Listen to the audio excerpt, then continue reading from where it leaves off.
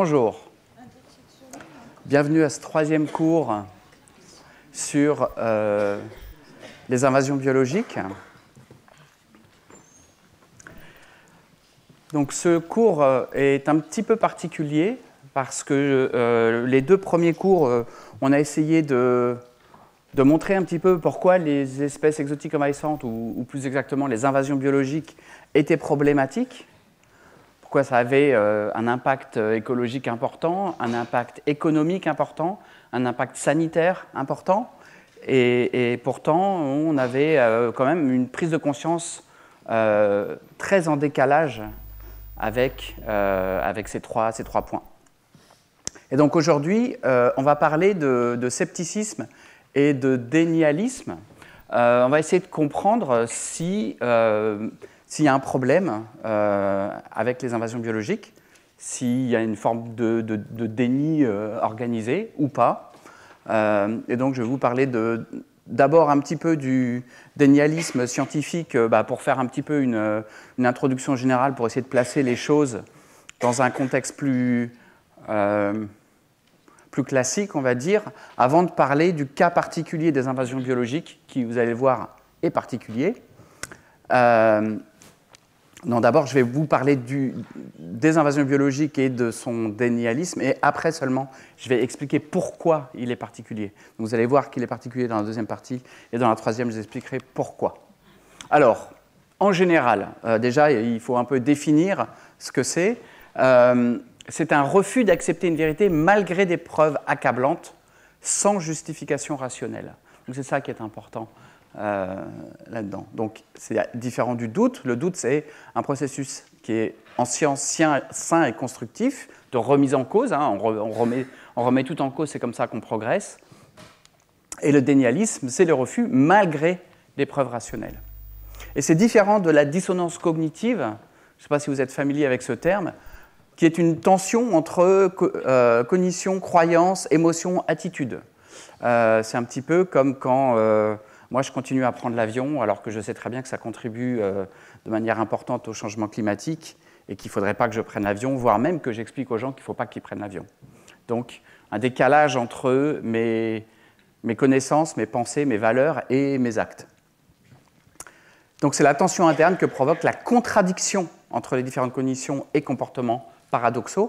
Et en fait, pour réduire cette contradiction et cette dissonance cognitive, en fait, il y a le cerveau adapte des stratégies spécifiques, l'évitement, le déni, la justification, la compensation. Donc, j'y pense pas. Ou alors, je justifie que oui, mais pour la science, c'est important que... etc. Alors, il y a différents types de dénialisme. Il y a le personnel, donc individuellement, des croyances individuelles qui vont nous pousser à être dans le déni permanent, de manière professionnelle. Donc c'est aussi individuel, mais cette fois-ci, c'est motivé par un agenda qui s'appuie sur une expertise qui est en général une pseudo-expertise, on va le voir. Et puis, il y a le dénialisme institutionnel, celui qui pose quand même des problèmes, des industries au sens large, qui vont nier des faits pour préserver leurs intérêts. Alors, ce dénialisme institutionnel, il va répondre à des intérêts économiques, politiques ou religieux. Je vais vous donner des exemples dans chaque. D'abord, économique. Bon, on sait bien, avec ce bouquin de Oreskes et Conway, qui s'appelle « Les marchands de doute », dont vous avez peut-être déjà entendu parler, qui est assez fascinant, et qui montre comment les grands groupes industriels ont organisé des campagnes donc du tabac, du climat, d'insecticides, des campagnes avec des stratégies structurées de déni pour contrer l'acceptation scientifique qui mettaient en avant des faits qui pourraient nuire à leurs activités économiques. À côté de ça, on a le dénialisme qui est motivé par la religion, donc c'est quelque chose qui est vraiment complètement différent. Un exemple, c'est l'évolution, par exemple. Je ne sais pas si vous avez entendu parler, il y a quelques années, de cet atlas de la création que j'ai reçu un jour dans ma boîte aux lettres.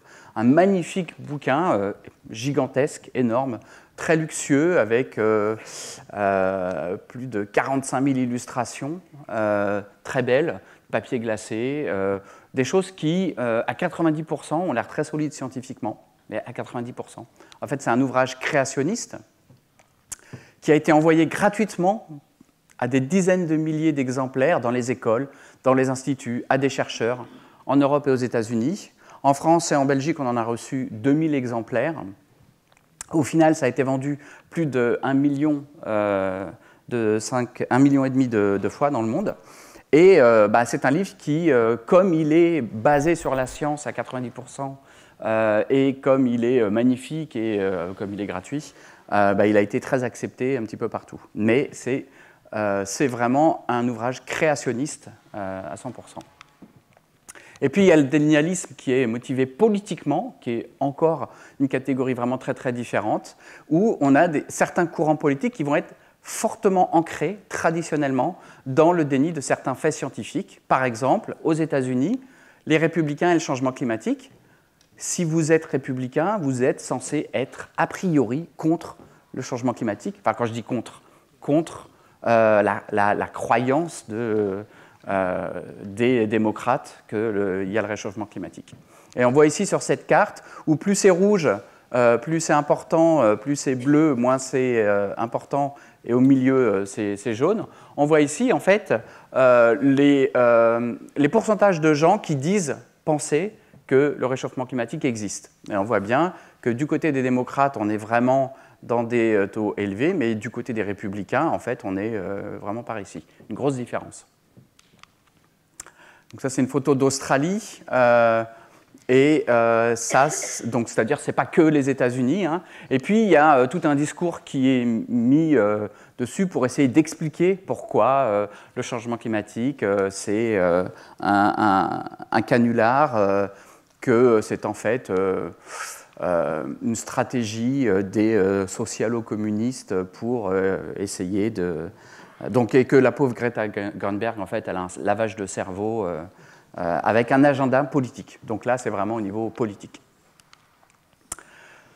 Et si vous êtes démocrate et que vous vous positionnez en faveur de penser qu'il y a un problème avec le changement climatique, vous êtes un peu un traître dans le parti. Un autre exemple pour le dénialisme politiquement motivé, c'est celui qui concerne le déni du VIH comme cause du sida. Deux exemples contrastés, en Afrique du Sud et aux États-Unis.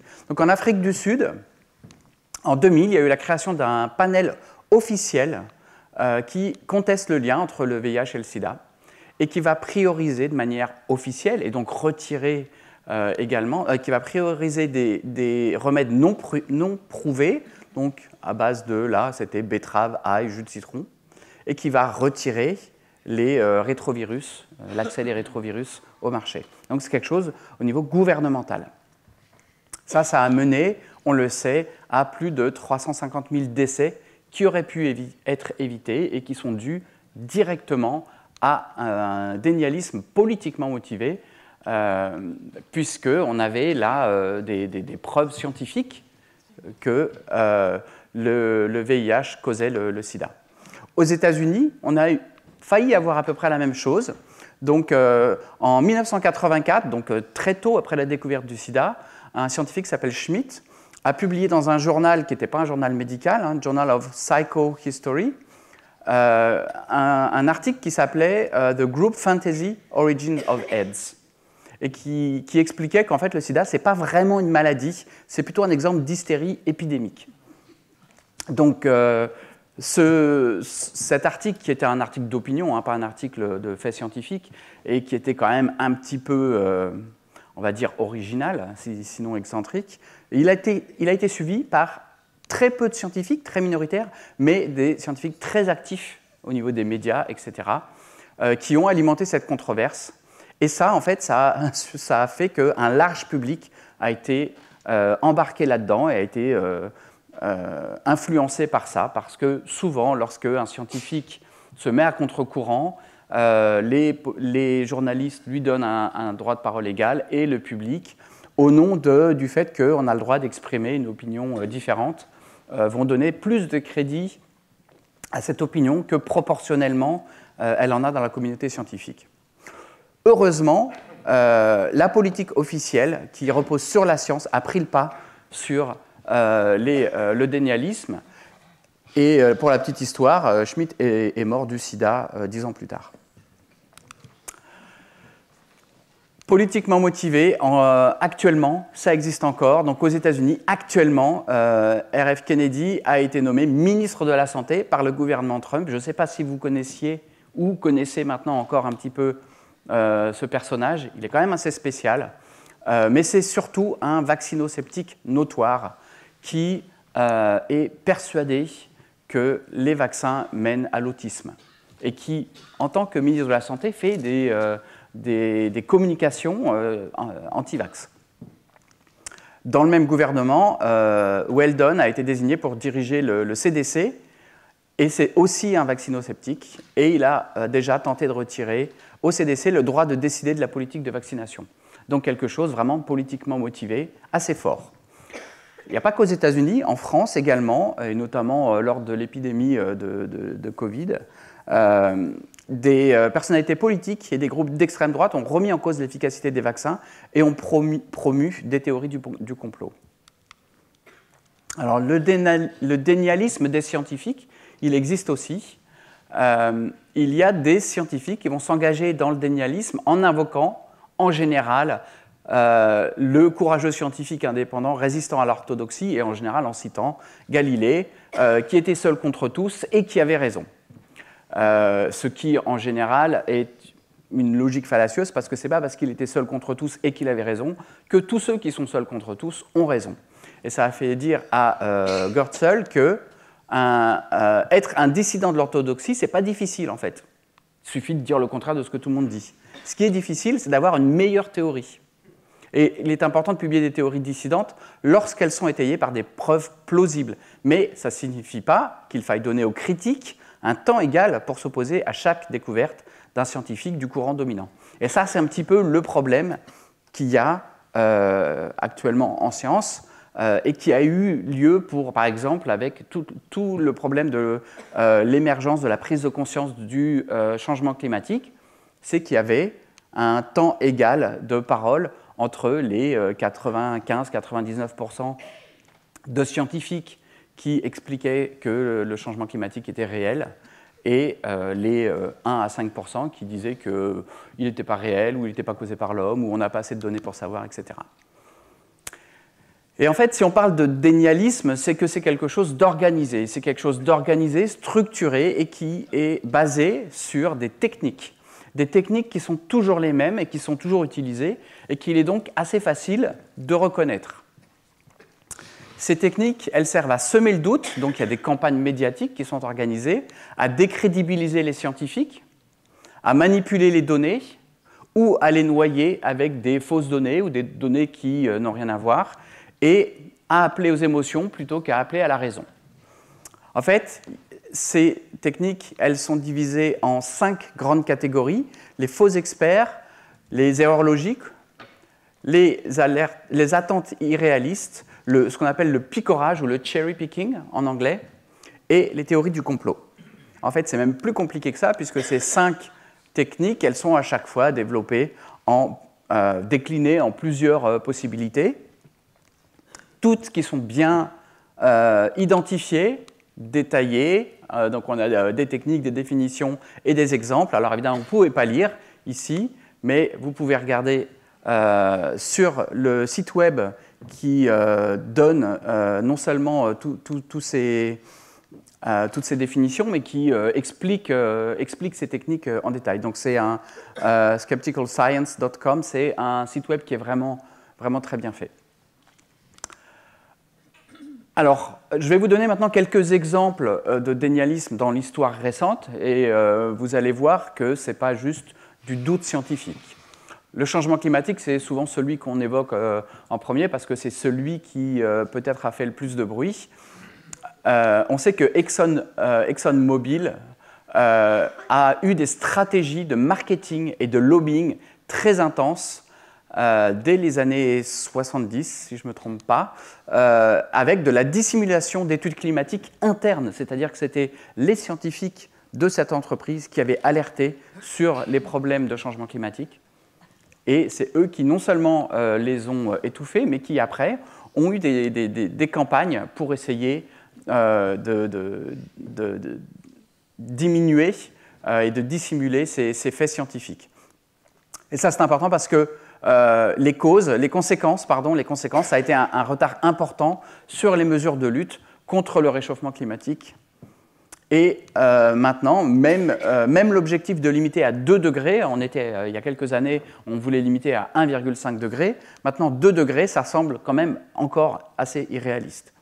Et actuellement, on a encore, du fait de ce retard, 30 à 40% de climato-sceptiques, aussi bien aux États-Unis qu'en France.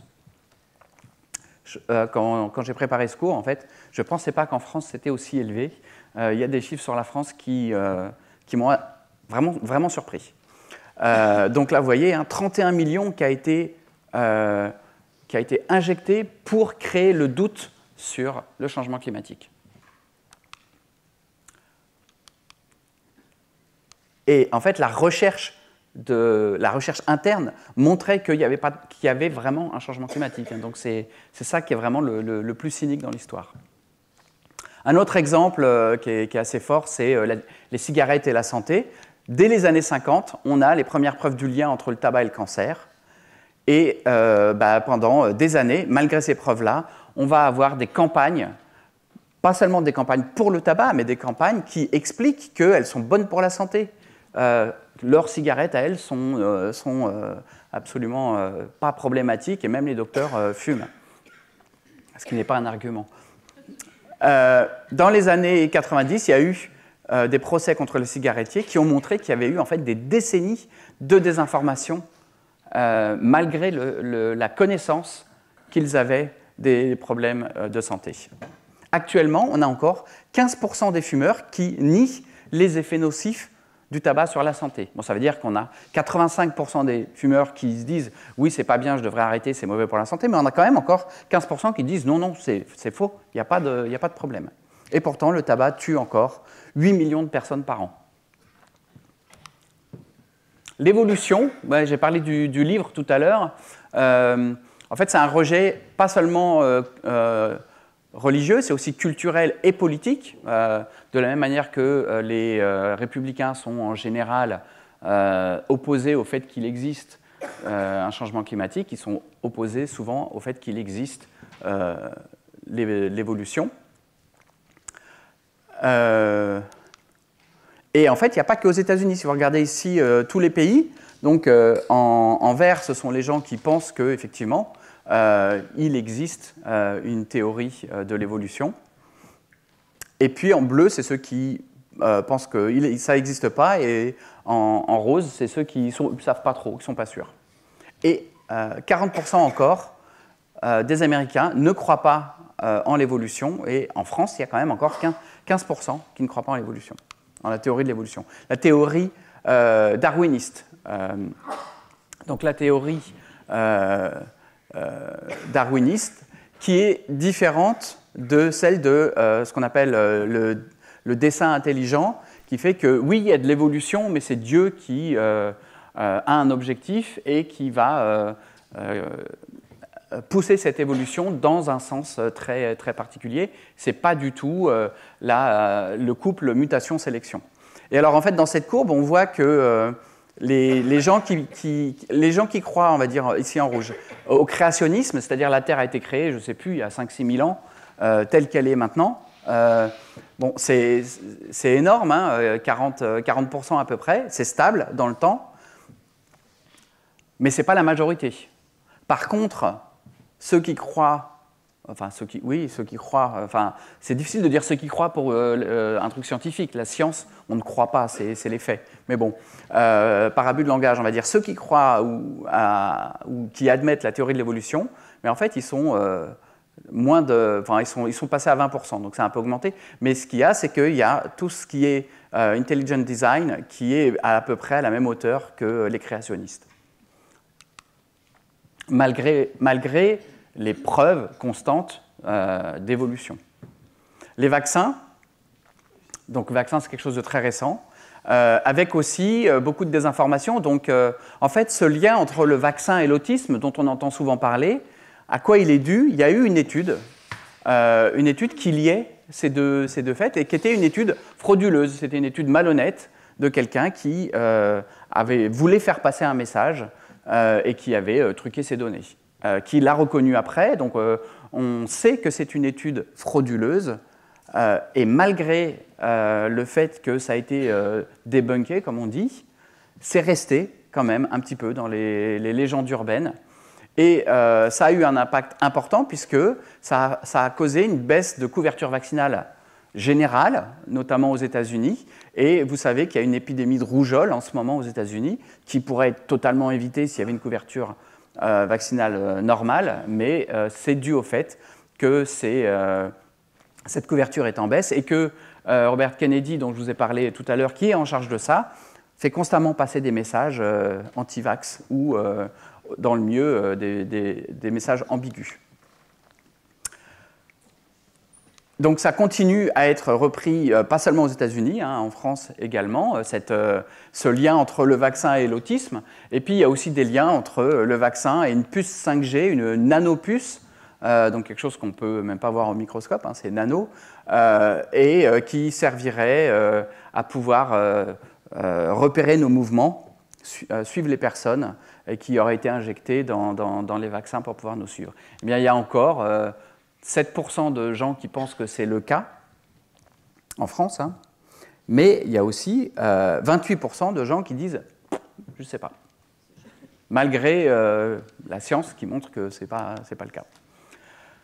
Les insecticides, c'est moins connu, mais c'est tout aussi organisé et tout aussi démontré, notamment pour les néonicotinoïdes et le glyphosate. Donc une minimisation des impacts sur les pollinisateurs et sur la santé humaine, et qui a été notamment causée par des industriels de l'agroalimentaire qui ont financé, en fait, là c'est une stratégie de ce qu'on appelle de noyade, donc qui ont financé des études sur des causes alternatives de l'effondrement des abeilles. Vous savez que les abeilles domestiques ont des populations qui généralement s'effondrent. Les hypothèses les plus à la fois parcimonieuses et les plus démontrées, c'est que ce sont ces insecticides qui, comme leur nom l'indique, sont des tueurs d'insectes, qui tuent ces insectes. Mais en écologie, c'est jamais simple, il y a toujours des causes multiples et des causes simultanées, souvent des synergies. Et donc, en fait, la stratégie de ces groupes industriels dans l'agroalimentaire, ça a été de financer beaucoup d'études sur les maladies, les parasites, comme le varroa, le changement climatique, pour expliquer que ça joue. Alors oui, ça joue forcément, mais la résultante d'énormément de publications qui vont sortir sur le fait que telle et telle maladie a un impact sur telle et telle ruche, va en fait diluer l'impact des insecticides, qui est de loin la cause principale de déclin des abeilles domestiques, des pollinisateurs en général et des insectes encore plus généralement.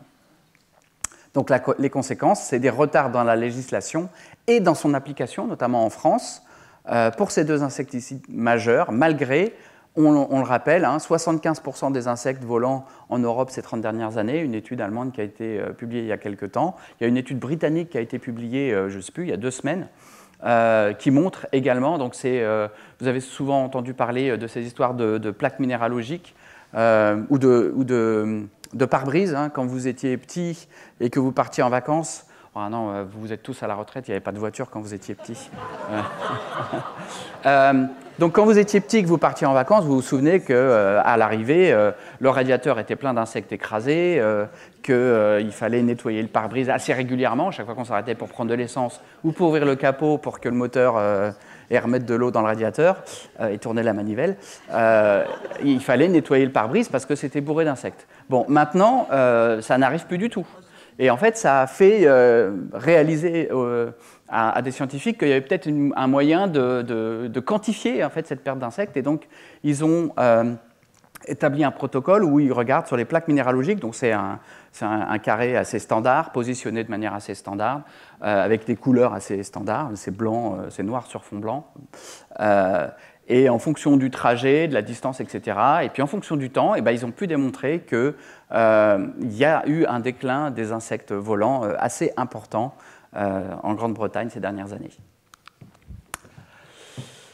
Et puis, je n'ai pas résisté à la tentation de vous parler des platistes. Alors, les platistes, c'est ceux qui pensent que la Terre est plate, malgré la science.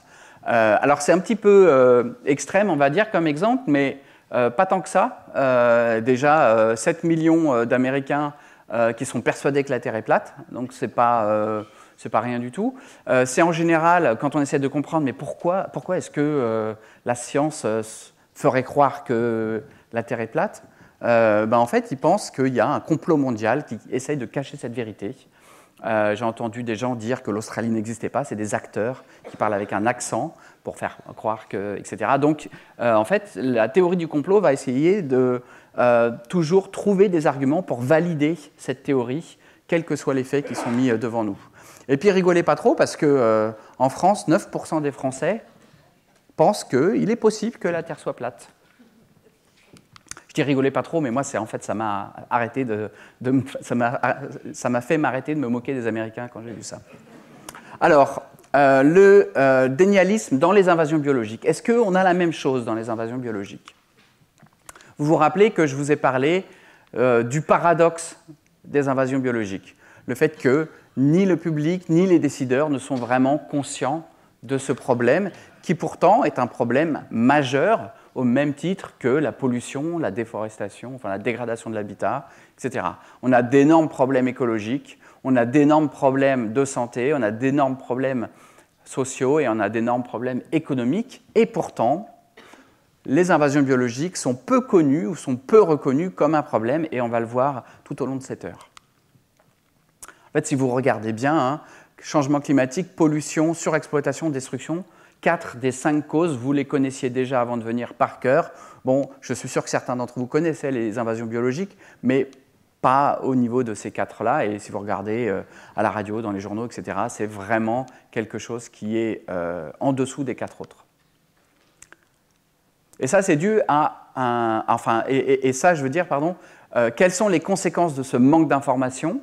Eh bien, c'est un manque de connaissances et un manque de sensibilisation, c'est assez logique. Ça va mener au scepticisme, c'est-à-dire au doute des affirmations, mais jusqu'à ce qu'elles soient soutenues par des preuves solides ou reproductibles. Donc, en science, on est tous des sceptiques, par défaut. J'espère que dans votre vie de tous les jours, vous êtes sceptique, vous ne prenez pas pour argent comptant tout ce qu'on vous dit, vous attendez d'avoir des preuves. Par contre, la même chose peut mener, pas au scepticisme, mais au dénialisme ou au négationnisme. Alors c'est un petit peu la même chose, même si le négationnisme est en général réservé pour une autre catégorie de dénialisme. Mais on peut faire aussi la différence en disant que le dénialisme, c'est le refus d'accepter une réalité ou un fait, souvent parce que c'est émotionnellement inconfortable ou que c'est incompatible avec ses croyances, alors que le négationnisme, c'est un rejet délibéré et organisé d'un fait établi ou d'un consensus scientifique. Donc on peut aussi avoir une graduation là-dedans. Là, je vous ai mis deux en-têtes d'articles de 2 journalistes assez récents qui expliquent qu'il faut arrêter de démoniser les espèces exotiques envahissantes et que les conservationnistes, les gens qui protègent la biodiversité, en fait, des fois, tuent beaucoup d'animaux. Et ça, ce sont deux articles journalistiques qui se placent contre le fait que les invasions biologiques sont un problème, malgré tout ce qui existe dans la littérature là-dessus. Donc, évidemment, on a le droit de douter. C'est important de douter. Et c'est important de remettre en question les choses. Donc, on sait très bien que dans la science, il y a toujours une part d'incertitude. Et cette part d'incertitude, elle est particulièrement élevée en biologie et encore plus en écologie. En physique, lorsqu'on a de l'incertitude, c'est souvent attribué à l'incertitude qui est due à l'appareillage. en écologie, l'incertitude est une part inhérente et même des fois un objet d'étude en soi. Et le doute et le débat scientifique, en fait, ça fait part, fait part du processus scientifique. C'est comme ça qu'on remet en cause des dogmes qui, en fait, finalement, étaient basés sur des erreurs. Mais dans la démarche du dénialisme et du négationnisme, l'incertitude qui est obligatoire, elle est toujours exploitée pour faire penser qu'il y a un débat équilibré dans des cas où, au contraire, il y a toujours un large consensus scientifique, comme c'est le cas dans les invasions biologiques. On va le voir. Et donc, en fait, ce qui est intéressant comme approche pour les invasions biologiques, c'est d'essayer de voir si on a un désaccord scientifique ou si on a du dénialisme ou du négationnisme. Et en fait, les invasions biologiques, c'est un petit peu particulier, parce que ce doute et cette incertitude, elle est plus importante qu'ailleurs, pour différentes raisons qu'on va voir par la suite, mais une des choses importantes, basiques, on va dire, c'est que les concepts et les définitions sont parfois assez flous, et parfois évoluent. Par exemple, je vous ai expliqué un petit peu ce que c'était qu'une espèce exotique envahissante. En fait, il y a dans la communauté scientifique des experts, deux écoles. Il y a ceux qui pensent que dès qu'une espèce exotique envahissante s'établit et se disperse, c'est une invasion biologique, c'est une espèce exotique envahissante. Et puis il y en a d'autres qui disent que c'est le cas uniquement à partir du moment où elle a un impact écologique. Deux écoles différentes. Bon, les gens, ils se parlent encore, hein, mais quand on écrit des articles ensemble, et ça nous arrive régulièrement, dans l'introduction, souvent, il faut qu'on mette la définition. Bah, déjà, on dit « Ah non, je n'ai pas la même définition que toi. » Donc, ça, c'est quelque chose de vraiment très important, mais ce n'est pas la seule chose. Une espèce qui va se déplacer toute seule, donc je vous rappelle que les invasions biologiques, c'est un déplacement par les activités humaines, par l'homme, par l'humain, d'un continent à l'autre, etc. Mais si vous faites un trou entre la mer Morte et la Méditerranée, et puis que vous laissez faire, et que là, il y a plein d'espèces, 300 espèces de poissons, qui vont passer de la mer Morte, de la mer Rouge, pourquoi j'ai dit la mer Morte? De la mer Rouge à la mer Méditerranée. Est-ce que c'est une espèce exotique envahissante? Ce n'est pas les humains qui les ont pris et qui les ont déplacés, mais les humains, ils ont fait un trou entre les deux. Et là, les gens ne sont pas d'accord non plus. Une espèce qui va se déplacer avec le changement climatique, qui va progressivement suivre son optimum climatique au fur et à mesure que l'hémisphère nord se réchauffe, qui va monter au nord, pareil pour le sud. Est-ce que c'est une espèce exotique envahissante? Elle bouge toute seule, ce n'est pas nous qui la déplaçons, mais elle bouge suite au changement climatique qui est une activité humaine. Là encore, c'est un petit peu flou, on ne sait pas trop. Et puis, une espèce exotique qui est présente, et même peut-être envahissante, mais qui est présente depuis des décennies, voire des siècles. On parle d'espèces naturalisées, mais est-ce qu'elle est naturalisée? Est-ce qu'elle est encore envahissante? Là encore, on a des concepts qui sont assez flous, perméables, des zones grises. Alors, qui sont ces sceptiques ou ces dénialistes? La plupart du temps, en fait, c'est des journalistes, ou alors, pas des journalistes, mais d'autres personnes qui ne sont pas dans le monde académique. Et puis, il y a de temps en temps des gens qui sont dans les mondes académiques, des universitaires, mais la plupart du temps, ce sont des chercheurs en sciences humaines et sociales, comme par exemple des philosophes. Et il y a une minorité d'écologues, vraiment une toute petite minorité, mais en général, ces écologues, ce ne sont pas des gens qui travaillent sur les invasions biologiques, qui est une spécialité à part. Alors, c'est quoi les objectifs? Alors, il y a plusieurs types d'objectifs. Le plus cynique, on va dire, ce qui ressemble le plus à tout ce qu'on a vu jusqu'à maintenant, c'est des idéologues du marché libre qui sont opposés aux appels en faveur d'une réglementation accrue du transport et du commerce des organismes vivants, de la mondialisation. Il y a des gens qui n'ont évidemment pas intérêt à ce qu'il y ait plus de réglementation là-dedans. Et puis il y a des gens qui simplement ont une méfiance à l'égard des institutions scientifiques, où on est, je vous le rappelle, dans une société qu'on appelle post-vérité, où la vérité n'est plus si importante, ou en tout cas si fixe. Et puis, et là je dirais que c'est certainement le point le plus courant, des gens qui ont des valeurs et des perceptions qui sont contradictoires avec la nature des invasions biologiques et de ce qu'il faut faire sur les invasions biologiques, et notamment au niveau du contrôle des espèces exotiques envahissantes, donc des aspects éthiques par exemple. Et enfin, une petite minorité là c'est souvent lorsque ce sont des universitaires, mais pas que, des gens qui ont besoin d'accroître leur visibilité parce qu'un message contradictoire en général va favoriser l'exposition dans la presse populaire et aussi dans certains cercles scientifiques. Et ça va être fortement favorisé par cette propension qu'ont les journalistes à vouloir du débat et donc à mettre sur pied d'égalité des communautés qui ne sont absolument pas égales en nombre.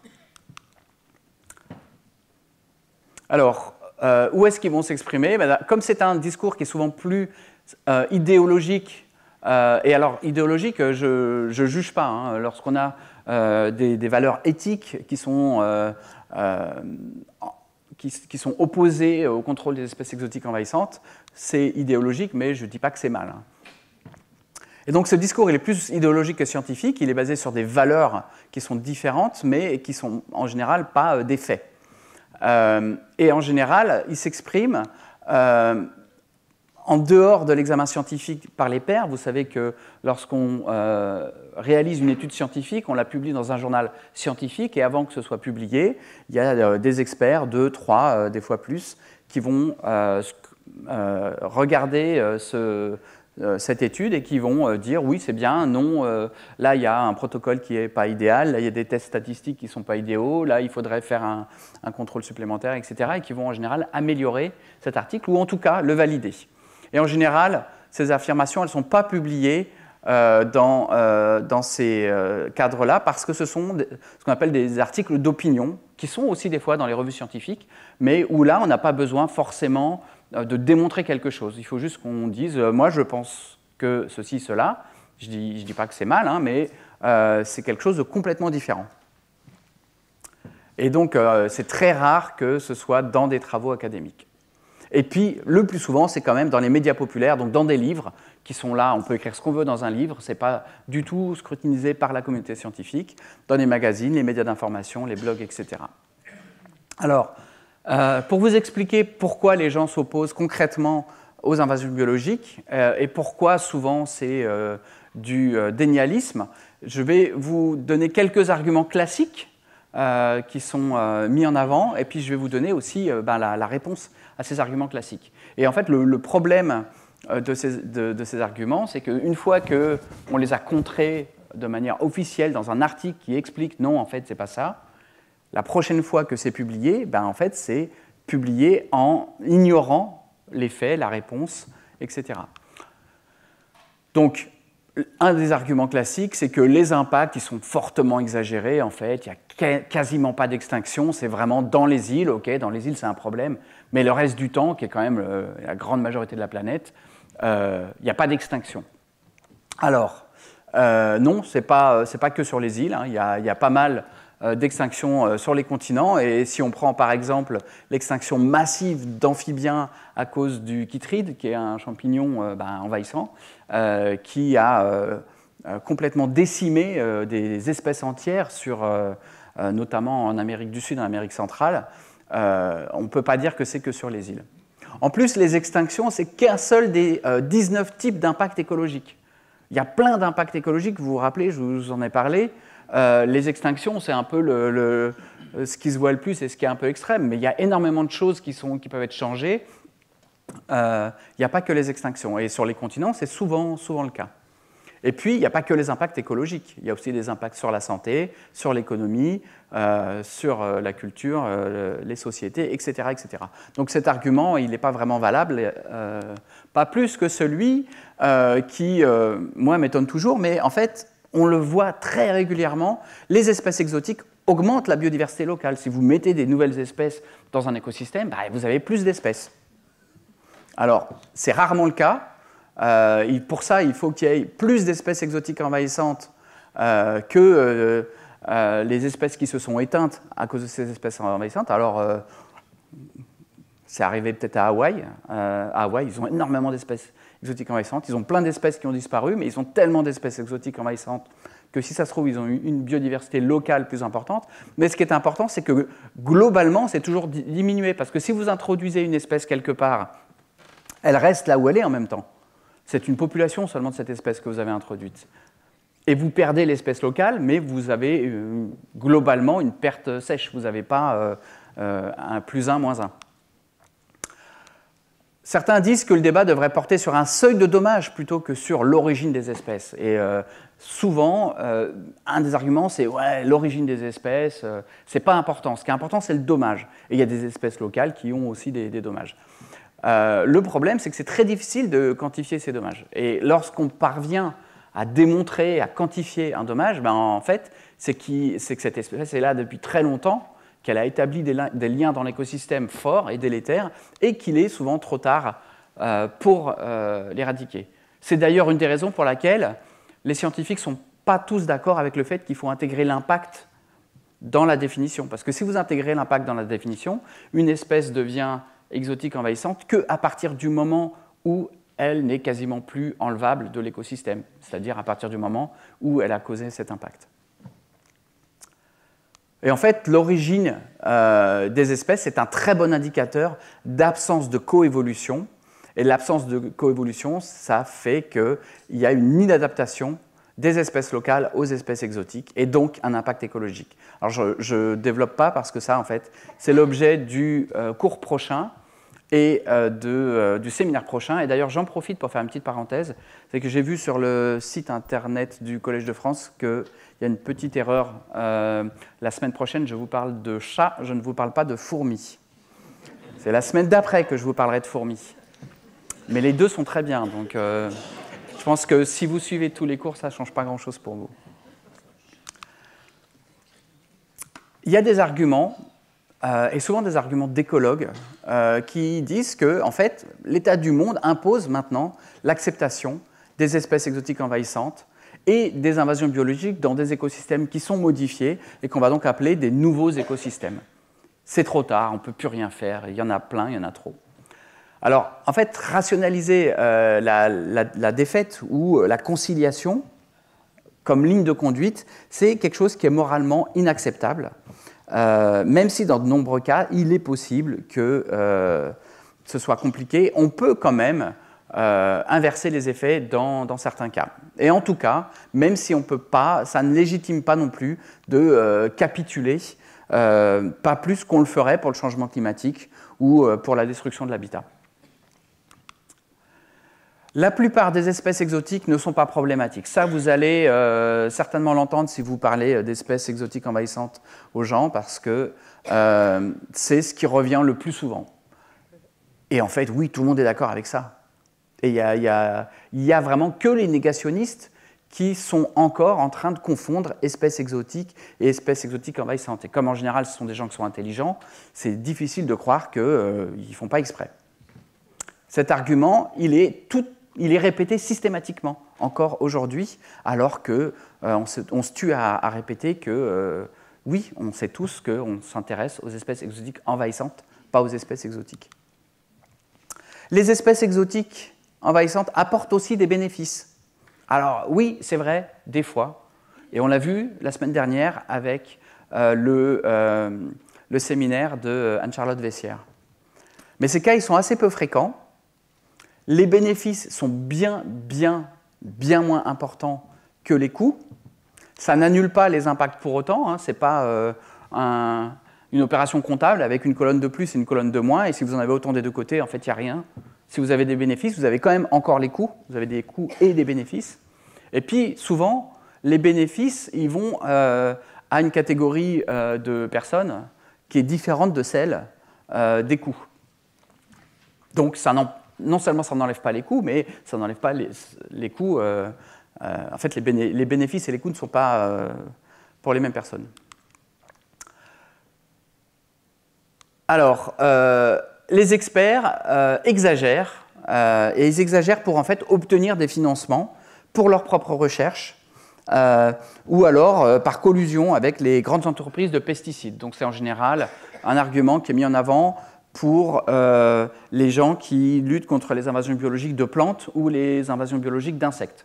On dit « ouais, mais c'est parce que vous travaillez pour les big pharma et big agroalimentaire parce que bah, voilà, ça vous fait des sous. » En fait, ça, c'est quand même très mal connaître le système académique parce que, à part quelques cas isolés, en général, Les chercheurs sont assez libres de leur recherche et ils n'ont pas forcément plus de financement s'ils travaillent sur les invasions biologiques. Croyez-moi, c'est même plutôt le contraire. Si vous travaillez sur les invasions biologiques, c'est quand même beaucoup moins sexy que pas mal d'autres problématiques et c'est plus difficile de trouver des financements. Les espèces exotiques envahissantes n'ont rien demandé, ce n'est pas de leur faute en fait.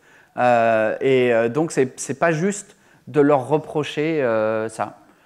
C'est bien l'humain qui les a apportés. Et ça revient sans arrêt. Et oui, c'est vrai.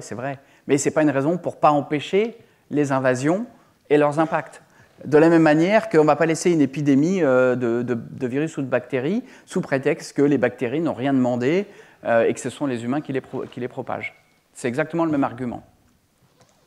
Et c'est pour ça aussi que j'essaye de parler plus souvent, quand je le peux, d'invasion biologique plutôt que d'espèces exotiques envahissantes. Parce que les espèces exotiques envahissantes, je vous l'ai dit dans un cours précédent, c'est un petit peu comme si on se focalisait sur les bulldozers au lieu de la déforestation. C'est le processus qui est important.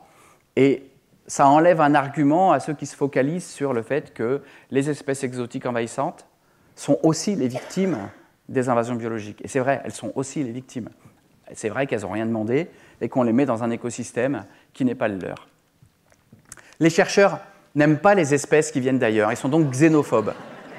Ouais, bah ça vous fait rigoler, mais c'est tout le temps comme ça.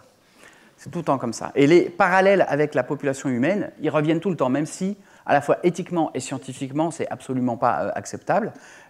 Et sur le fait que c'est encore un argument qui est souvent contré dans la littérature, mais ça revient encore. Vous allez le voir, je vais vous donner un exemple tout à l'heure. En fait, si la démarche scientifique insiste sur l'origine exogène, c'est parce que c'est le critère le plus pertinent, parce qu'il n'y a pas de coévolution avec le système dans lequel ces espèces sont introduites, et que ce manque de coévolution fait qu'il y a des impacts. Donc oui, c'est pertinent de regarder d'où viennent les espèces.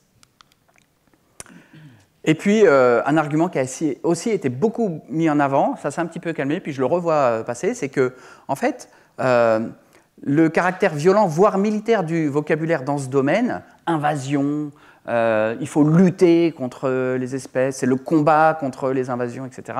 Ça manque d'objectivité scientifique, ça montre que c'est des scientifiques belliqueux, etc. Alors en fait, invasion, ça vient du latin invadere, qui veut vraiment dire aller dedans. C'est vraiment le terme qui est consacré ici. Il n'y a pas d'autre terme qui soit plus juste. Ce n'est pas parce que dans un autre champ sémantique complètement différent, le champ guerrier, on utilise le même terme que c'est violent particulièrement. Et quand on parle de lutte contre les invasions, ce n'est pas plus choquant que quand on parle de lutte contre la pollution ou de lutte contre le changement climatique. Mais on n'a jamais vu des articles expliquer que les climatologues sont des belliqueux violents, pro-militaires, parce qu'ils parlent de lutter contre le changement climatique. Donc, en fait, c'est un petit peu compliqué des fois de dire est-ce que c'est un désaccord scientifique ou est-ce que c'est du négationnisme. Ça dépend vraiment de s'il y a beaucoup d'arguments qui ont déjà été débunkés dans la littérature et qui sont encore réutilisés, ignorés complètement, par exemple, ou s'il y a du cherry picking, ou s'il y a toutes ces autres techniques. Donc ici, je vous ai mis, vous vous rappelez de cette photo-là de Jean-Yves Meyer avec des feuilles de Miconia, Miconia qui est une des pires espèces envahissantes de plantes dans le Pacifique. Donc il y a en fait un article assez célèbre qui est sorti par un écologue, donc c'est pour ça aussi que c'est un petit peu célèbre, et dans Nature, qui expliquait il ne faut pas juger les espèces par leurs origines, et qui expliquait en gros que les scientifiques des sciences des invasions, ils étaient xénophobes ou racistes, parce que leur critère principal, c'était l'origine. Ce bouquin, qu'on peut trouver dans le commerce, qui est un bouquin entre scientifiques et grand public, qui s'appelle Invasion Biology, donc c'est bien, mais en dessous il y a marqué « critique d'une pseudo-science ». Donc en fait c'est quelqu'un qui s'attaque vraiment à l'ensemble de la science et qui explique que les espèces exotiques envahissantes n'existent pas, tout simplement. Et à propos de ce bouquin, donc, il y a une étude qui a montré que il y a différents positionnements face aux invasions biologiques. Il y a la négation pure et simple, bon, ça n'existe pas, hein, c'est faux. Il y a le nihilisme, ça ne vaut pas la peine, en fait, on perd son temps, même si ça existe, c'est quelque chose qui n'est pas intéressant. Et puis il y a le cynisme. Oui, ok, ça existe, oui, ok, il faut faire quelque chose, mais moi, ça ne me concerne pas, donc moi, je m'en fiche. Et en fait, le point commun, c'est que tous sont opposés à la gestion des espèces exotiques envahissantes. Et le problème du dénialisme dans les invasions, c'est que du coup, il n'y a rien qui se fait et qu'elles progressent et qu'elles sont de plus en plus difficiles à contrôler. Donc, face à ce type d'article, en fait, ce type d'article, en fait, il n'est pas unique. Il y en a de plus en plus. Alors, ce sont, comme je vous l'ai dit, en général, des articles d'opinion. Ce ne sont pas des articles scientifiques qui donnent des faits. Mais le fait qu'il y en ait de plus en plus, comme ça, ça donne l'impression qu'il y a une école qui pense différemment. Et comme c'est dans des articles scientifiques, dans des journaux scientifiques, ça donne une certaine légitimité à tout ça. Et en fait, il a été mis en évidence que c'est de plus en plus fréquent et que c'est vraiment du dénialisme, c'est-à-dire qu'il y a vraiment une stratégie qui est utilisée et qui utilise toujours les mêmes techniques qui sont pourtant rebutées dans d'autres articles, mais qui sont toujours là. Et c'est un problème parce que, évidemment, les études sur le changement climatique ont montré que même lorsque c'est minime, le dénialisme peut entraver les résultats politiques, diminuer la confiance du public dans les experts et réduire la perception du public à l'égard du consensus scientifique. C'est normal, on pense qu'en fait, il y a les pour et il y a les contre, et du coup, on est bien obligé de se ranger d'un côté, enfin, on est obligé. En général, les gens le font.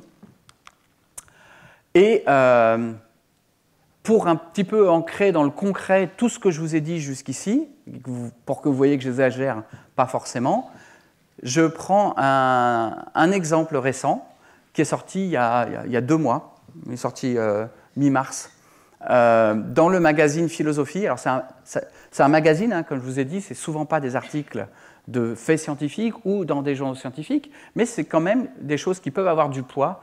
Et ça, c'est en fait un journal, un article que j'ai reçu de plein de sources différentes, de gens outrés, choqués par cet article. Et donc je me suis dit, tiens, je vais le mettre dans le cours pour un peu illustrer avec un cas vraiment concret. Mais puisqu'on parle de philosophie, je vous rappelle que tout à l'heure, nous avons un séminaire de Dr Yves Ménard, qui est philosophe de l'environnement, qui travaille à Aix-Marseille, et qui va développer tous les aspects philosophiques sur la science des invasions. Alors, il ne va pas parler de ce que je vais vous parler là forcément, mais un autre angle et de manière beaucoup plus complète. Donc, si je vous ai mentionné cet article-là dans Philosophie Magazine, c'est parce que, si vous vous souvenez ici, les techniques du déni de science qui sont utilisées en général dans des articles de déni de la science, en fait, celui-là, il fait un peu une collection. C'est un cas d'école parce qu'il reproduit toutes ces techniques qui ont été démontrées comme étant des techniques de dénialisme. Et donc, les deux auteurs, c'est difficile de leur jeter la pierre, surtout là en public, mais c'est aussi difficile de les exonérer complètement quand on voit l'article. On se dit que c'est quand même difficile de ne pas le faire exprès. Donc, je vais vous donner quelques... Je ne vais pas tous les passer en revue, hein, parce qu'il y en a beaucoup, mais je vais vous en donner de chaque catégorie pour vous montrer un petit peu le type d'exemple. Donc d'abord, on a ce qu'on appelle un faux débat. Les espèces exotiques ne sont pas toutes mauvaises. Vous vous rappelez que ça, je vous l'ai déjà dit plein de fois. Oui, on sait que c'est un faux débat. On sait que tout le monde est d'accord pour dire qu'il y a des espèces exotiques qui sont neutres ou qui sont même positives et que, je vous avais expliqué la règle des 10%, 10% des espèces introduites seulement vont s'établir et seulement 10% des espèces qui s'établissent vont devenir envahissantes. Ça veut dire 1% des espèces introduites vont devenir envahissantes. 10% des espèces exotiques sont problématiques. Donc ça, on le sait. On le sait. Et les scientifiques, ils ont déjà tellement à faire avec les milliers d'espèces exotiques envahissantes qu'ils ne s'intéressent pas aux espèces exotiques qui sont neutres, voire qui sont positives. Et pourtant, on a encore, dans l'Arctique, dans l'immense majorité des cas, les effets de ces populations considérées comme intruses demeurent globalement positifs. Oui, on est d'accord avec ça. Et alors, le pire, c'est que les auteurs expliquent « mal nommer les choses, c'est contribuer au malheur du monde », affirmait Camus. En fait, eux, c'est ce qu'ils font. Ils nomment mal les choses. Ensuite, on a ce qu'on appelle le cherry picking en anglais, ou le picorage. Alors, qu'est-ce que c'est que le picorage? C'est lorsque vous allez chercher dans la littérature des faits, des exemples qui vont se conformer à ce que vous dites en ignorant l'immense majorité qui dit le contraire. Ici, le gars, en fait, il dit « les cerises sont bleues ». La preuve, j'ai trouvé une cerise bleue. Et en fait, ici, on a des choses comme, en Australie, par exemple, les programmes de lutte contre les plantes dites invasives ont été levés dès lors qu'elles ont été révélées, etc. Mais ça, c'est des cas qui sont extrêmement rares et qui sont vraiment des contre-exemples. Mais le fait de ne parler que de ce cas-là et pas de tous les autres cas, surtout en Australie, c'est un peu gonflé parce que l'Australie, c'est quasiment le pays du monde, avec la Nouvelle-Zélande, qui luttent vraiment contre les espèces exotiques envahissantes, puisque ces deux pays ont évolué en isolement complet et donc sont extrêmement sensibles aux invasions des autres continents. Donc c'est quand même d'être assez mauvaise foi que de faire du cherry picking de cette catégorie-là. Troisième exemple, c'est les citations malveillantes. Alors celui-là, il m'a un petit peu énervé parce qu'il cite l'IPBES. En fait, je suis auteur de ça. Donc, en fait, il n'y a rien qui énerve plus un auteur quand on le cite à tort. Mais alors, quand on le cite pour dire le contraire de ce qu'il dit, ça, c'est quelque chose qui est assez frustrant. Et en fait, ils expliquent ici que la première menace à l'intégrité de l'environnement, nous rappelle l'IPBES, n'est pourtant pas l'intrus, représenté par les espèces dites invasives, mais la dégradation croissante des conditions de vie. Alors, ce n'est pas parce qu'il y a une cause plus importante, la dégradation des habitats, que la cause numéro 2 ou la cause numéro 3 ou la 4 et la 5 ne sont pas importantes. Et l'IPBES n'a jamais dit que les espèces exotiques envahissantes n'étaient pas problématiques. Ils ont effectivement dit que la première menace au monde, c'est la dégradation de l'habitat. Mais le fait de dire, comme nous rappelle l'IPBES, ce n'est pas les invasions la première, c'est un petit peu une citation malveillante, parce que s'ils avaient été vraiment honnêtes, ils auraient dit bon, c'est considéré comme la première dans les îles, et c'est la plupart du temps considéré comme la seconde menace pour la biodiversité de manière générale. Quatrième exemple, la négation de la preuve. Alors la négation de la preuve, c'est tout simplement dire ah bah, on n'a pas de preuve de ça, alors qu'on a plein de preuves de ça. Et ici, l'exemple, c'est sur la Jussie rampante, cette plante ici qui est sur ce cours d'eau là en France, et qui dit « ces effets présumés négatifs sur la biodiversité restent à démontrer ». Mais il y a des dizaines d'études qui démontrent qu'il y a un impact, des impacts écologiques, puis il n'y a pas besoin d'être formé de manière très poussée en écologie pour se douter qu'un cours d'eau qui est complètement recouvert comme ça d'un tapis végétal, il n'a pas le même fonctionnement qu'un cours d'eau qui n'a pas de tapis végétal. Okay. Donc là, c'est typiquement nier des choses qui pourtant restent à démontrer. Non, ça a été démontré, il y a énormément d'études qui le démontrent de manière absolument pas ambiguë. Là, vous avez trois choses à la fois. Vous avez le ad hominem, la fausse analogie et le faux débat. Alors, ad hominem, c'est en général, on va attaquer la personne qui fait l'argument plutôt que l'argument lui-même. Et c'est ce jeu dont vous avez parlé des xénophobes. Donc cet article, il est vraiment basé sur le fait que les gens qui travaillent en biologie des invasions sont des gens qui sont xénophobes parce qu'ils s'opposent à l'arrivée d'espèces exotiques qui viennent d'autres continents. Alors eux, ils sont sympas parce qu'en gros, ils disent que ce commun entre xénophobie et xénobiologie, ou bioxénophobie, c'est probablement jamais délibéré. Et puis ils disent un peu plus loin, mais c'est peut-être inconscient, mais ils projettent leur xénophobie dans la bioxénophobie.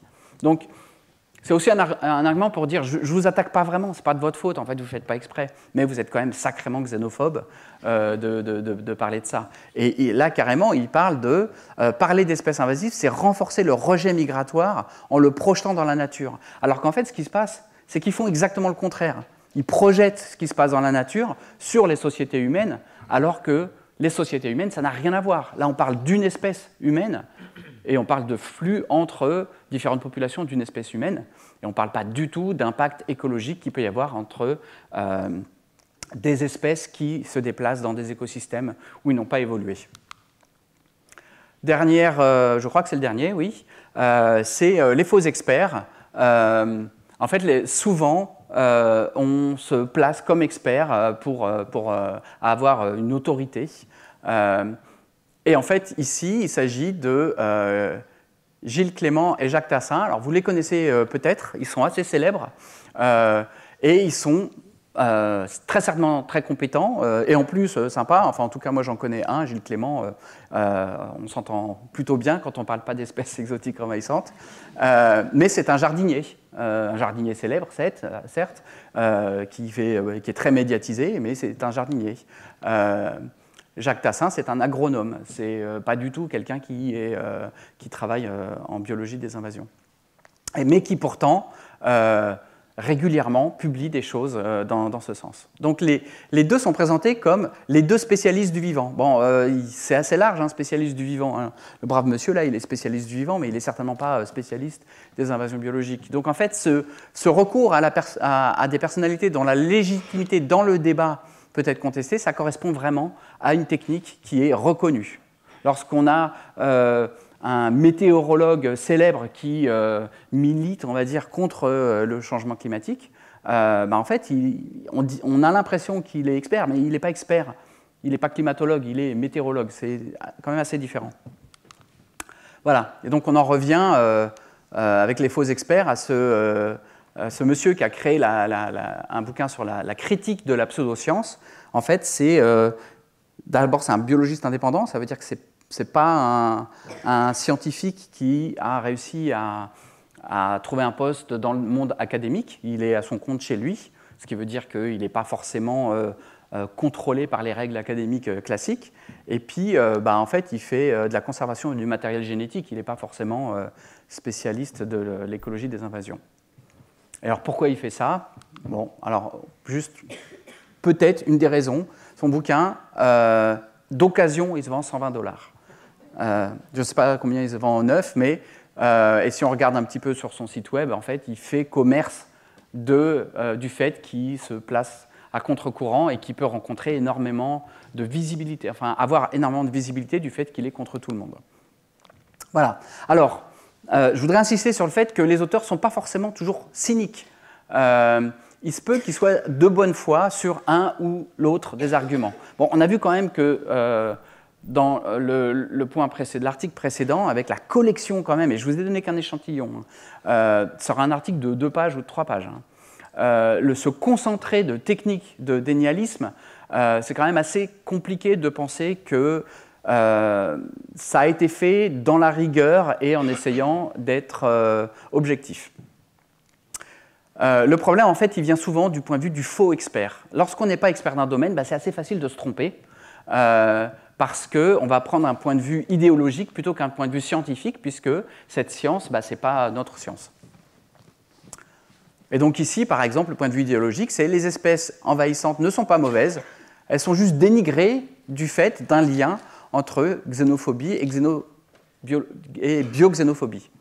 Ce n'est pas les espèces envahissantes qui sont un problème, c'est les gens qui travaillent sur les espèces envahissantes qui sont tellement xénophobes qu'ils ont projeté leur xénophobie sur ces espèces-là.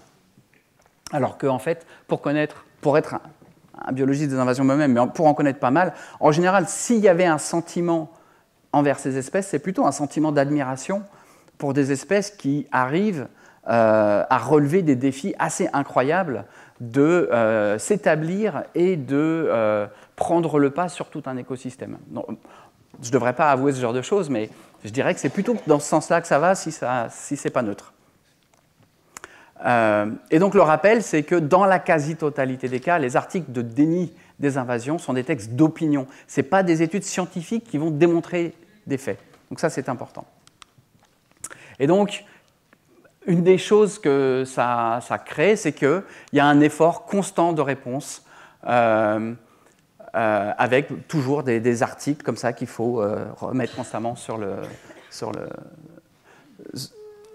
pour essayer de lutter contre ce flot de déni. Donc, par exemple, un article ici qu'on a fait avec une collègue qui est là dans la salle, qui explique que en fait, toutes les études sur les coûts que vous avez vues la semaine dernière qui ont été faites, en fait, c'est complètement biaisé parce que vous n'avez pas fait exactement la même chose sur le bénéfice.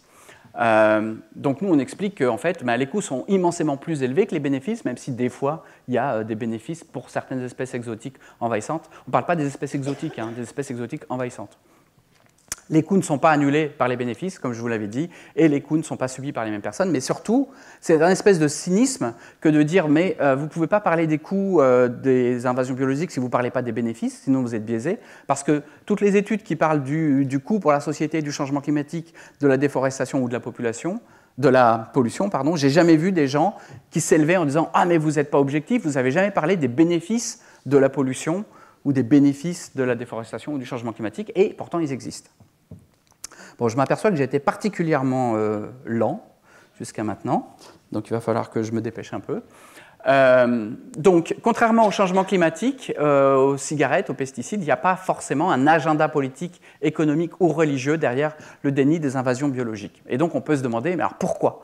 Pourquoi est-ce qu'il y a cette résistance, et y compris cette résistance par certains scientifiques, s'il n'y a pas un agenda derrière. Et là, on passe à la troisième partie, où je vais carburer pour essayer de rattraper le retard. Donc, je me suis posé la question pourquoi pendant quelques temps, et avec mon équipe, on a réuni en fait 24 particularités qui rendent les invasions biologiques plus difficiles à comprendre, à alerter, à soutenir et à mettre en œuvre que le changement climatique ou la pollution. C'est en fait un moteur de perte de biodiversité très particulier. Donc ces quatre composantes ont en fait tout un tas d'arguments, chacun pour comprendre, alerter, soutenir et mettre en œuvre.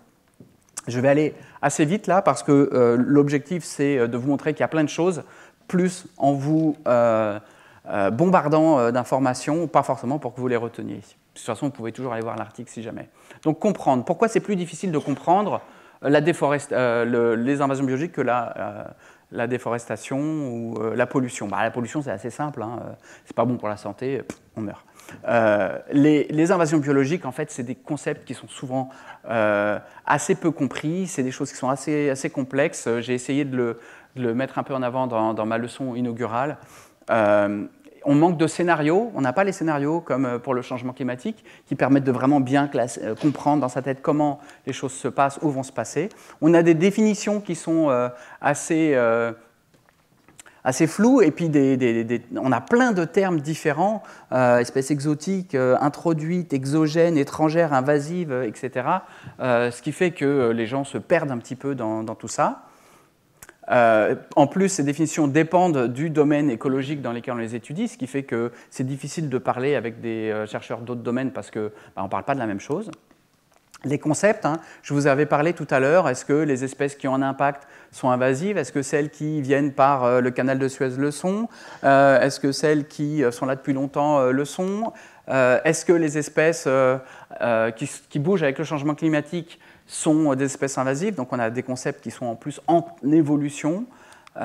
Et enfin, on a des cadres de pensée qui diffèrent selon les approches scientifiques. Et un exemple, c'est l'abeille domestique qui vient de l'Est de l'Afrique du Nord et du Moyen-Orient, qui est donc exotique et qui, dans plein de cas, est invasive parce que c'est un compétiteur des pollinisateurs et un compétiteur très sévère et qui, en plus, pollinise moins bien que les pollinisateurs sauvages.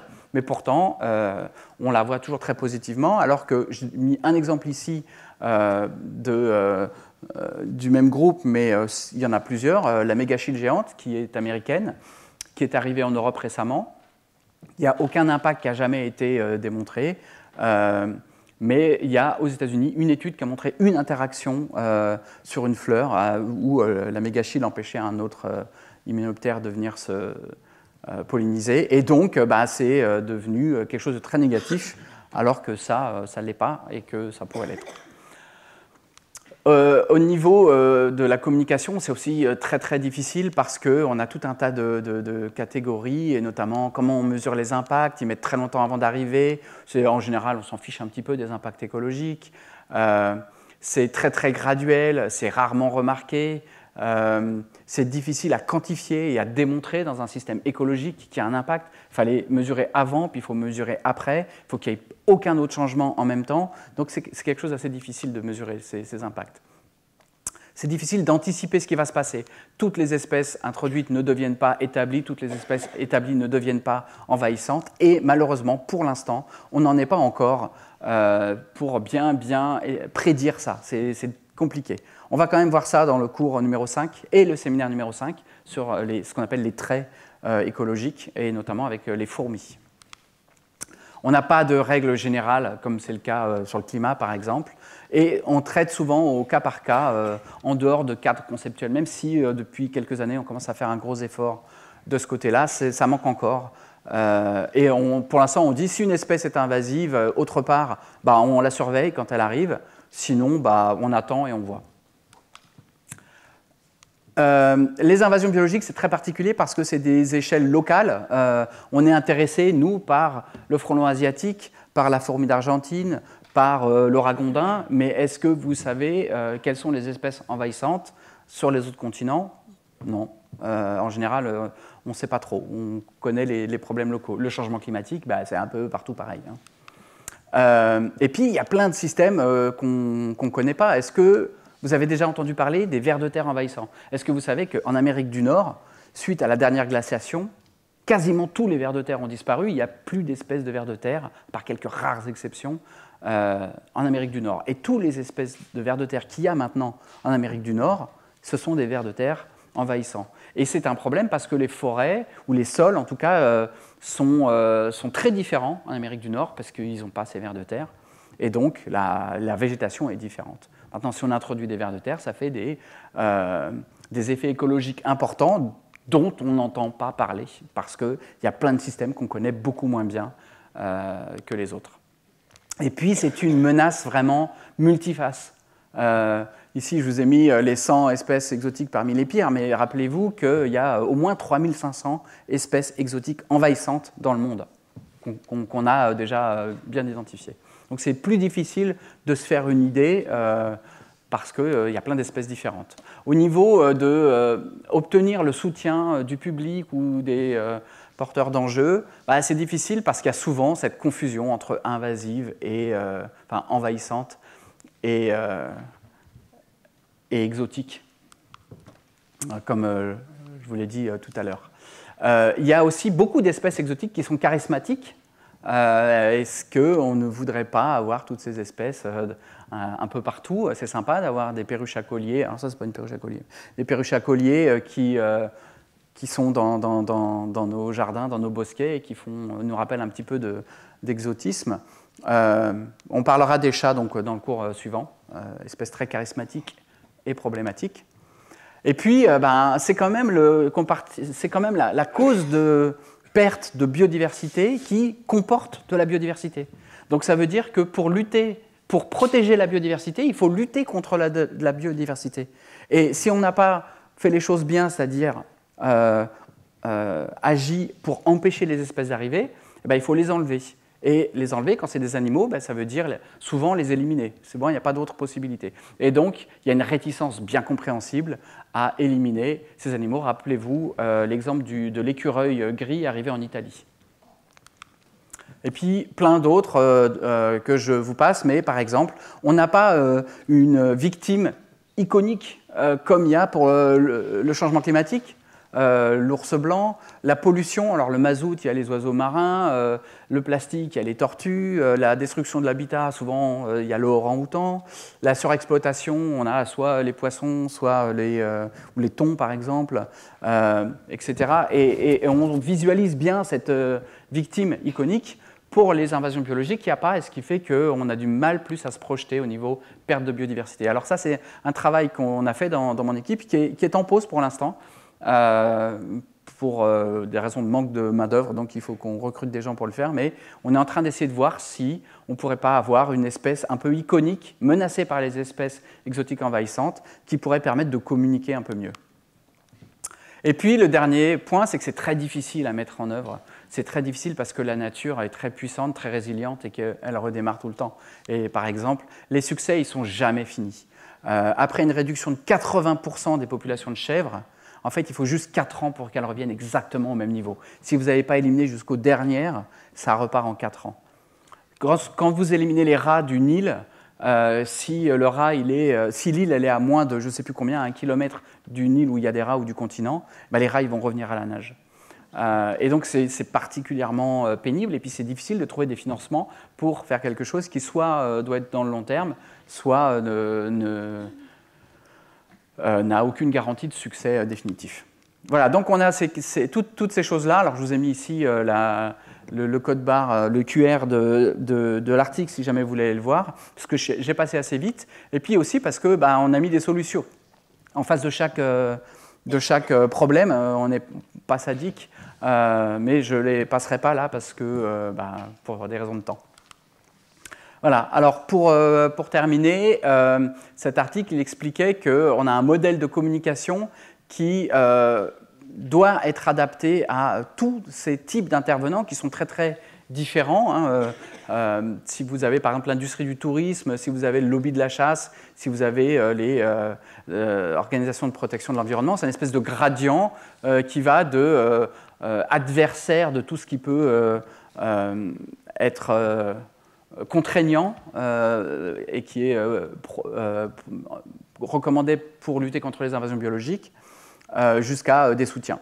Et du coup, il faut avoir des communications, des stratégies de communication différentes. Si on veut qu'elles soient améliorées, elles doivent quand même être améliorées sur des points de vue différents.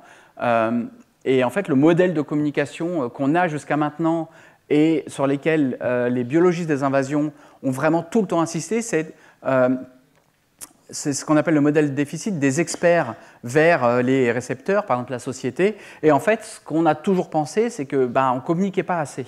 Et que c'est pour ça qu'il y avait toujours ces problèmes. Et que donc, il fallait augmenter le transfert d'informations.